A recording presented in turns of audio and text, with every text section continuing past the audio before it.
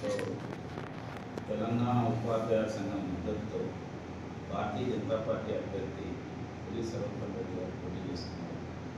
వారిని గెలిపించవలసిందిగా టీచర్ మహాశయులందరికీ నేను విజ్ఞప్తి చేస్తున్నాను. ఎందుకంటే మిగతా అభ్యర్థుల కంటే మంచి చరిత్ర ఉన్న వ్యక్తి, గతంలో ఈ యొక్క సంఘాలలో అధ్యక్షుడిగా పనిచేసిన వ్యక్తి, టీచర్ సమస్యల గురించి తెలిసిన వ్యక్తి. కాబట్టి ఆయన భారతీయ జనతా పార్టీ అభ్యర్థిగా నిర్ణయించింది. ఈ సమస్య పరిష్కారం కోసం పోరాడే వ్యక్తి సర్వపల్లి రెడ్డి గారు కాబట్టి ఆయన గెలిపించవలసింది. ఈ ఎన్నిక ఇన్ని సంవత్సరాల నుంచి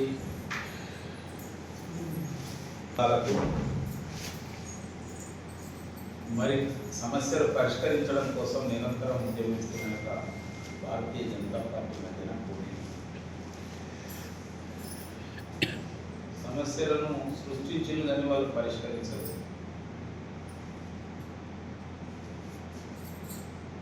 ఈరోజు కాంగ్రెస్ పార్టీ నేరుగా తమ అభ్యర్థిని నిలపలేదు, టీఆర్ఎస్ నిలపలేదు. అంటే వాళ్ళకు ఉపాధ్యాయులు అంటే ఒక రకంగా చులకన. అంటే వీళ్ళ గురించి మనం ఏం పెద్ద ఆలోచించేది, వాళ్ళు ఏమంతా ఓట్ బ్యాంక్ కాదు కదా, వాళ్ళతో ఏంది. కానీ భారతీయ జనతా పార్టీకి సమాజంలో ఉన్న అన్ని వర్గాల గురించి ఆలోచించడం, వాళ్ళ సమస్యల కోసం పోరాటం చేయడం, వాటిని పరిష్కరించడం.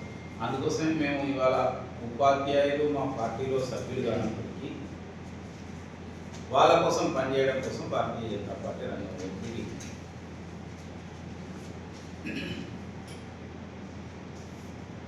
కానీ ఈరోజు కొన్ని సంఘాలు పోటీ చేస్తాయి.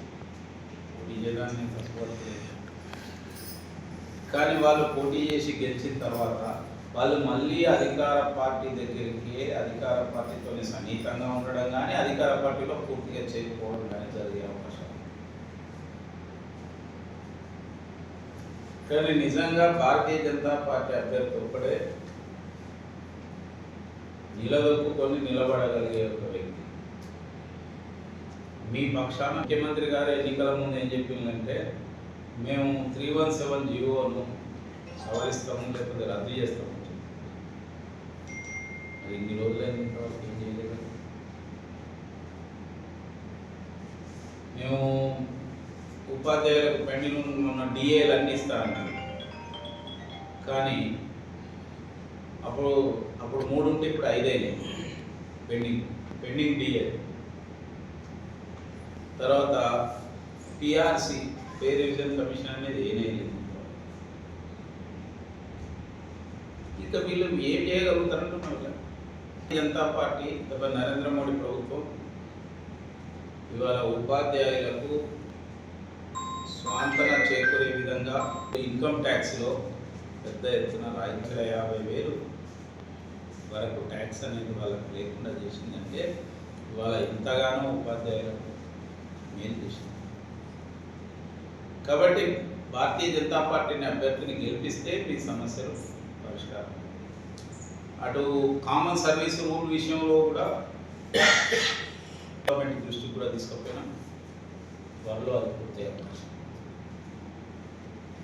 అదేవిధంగా ఈ ఎన్నికల్లో మొదటిసారిగా ప్రైవేట్ సెక్టార్లో పనిచేస్తున్న టీచర్స్ కూడా ఓటు హక్కు కల్పించిన యొక్క పార్టీ భారతీయ జనతా పార్టీ, ప్రభుత్వం నరేంద్ర మోడీ. గతంలో ఎప్పుడు ప్రైవేట్ వాళ్ళకు లేదు కాబట్టి వాళ్ళ గురించి ఎవరు పట్టించుకోకపోయారు. కాబట్టి వాళ్ళ ప్రైవేటు యొక్క సెక్టార్లో పనిచేస్తున్న యొక్క టీచర్లు, లెక్చరర్స్ ఇటువంటి వాళ్ళకు ఓటకు వచ్చిందంటే వాళ్ళకు ఆయుధం వచ్చింది. వాళ్ళకు కూడా మిగతా టీచర్లాగా హెల్త్ కార్డ్స్ ఇష్యూ చేయాలి, వాళ్ళకు మిగతా టీచర్లాగా మీరు ఏ పద్ధతి పెడతారో వాళ్ళకు కూడా ఏదైనా రిటైర్మెంట్ యొక్క బెనిఫిట్స్ కానీ మిగతా వాటి విషయం కానీ ఆలోచించాలి.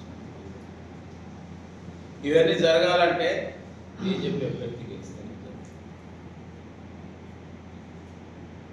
ఇంకొక ప్రధానమైన విషయం ఏంటంటే, రేవంత్ రెడ్డి ప్రభుత్వం నేను బ్రహ్మాండంగా జరుపుతున్నానని అనుకుంటున్నాను. బీజేపీ అభ్యర్థి కాక ఇంకే అభ్యర్థి కలిసినా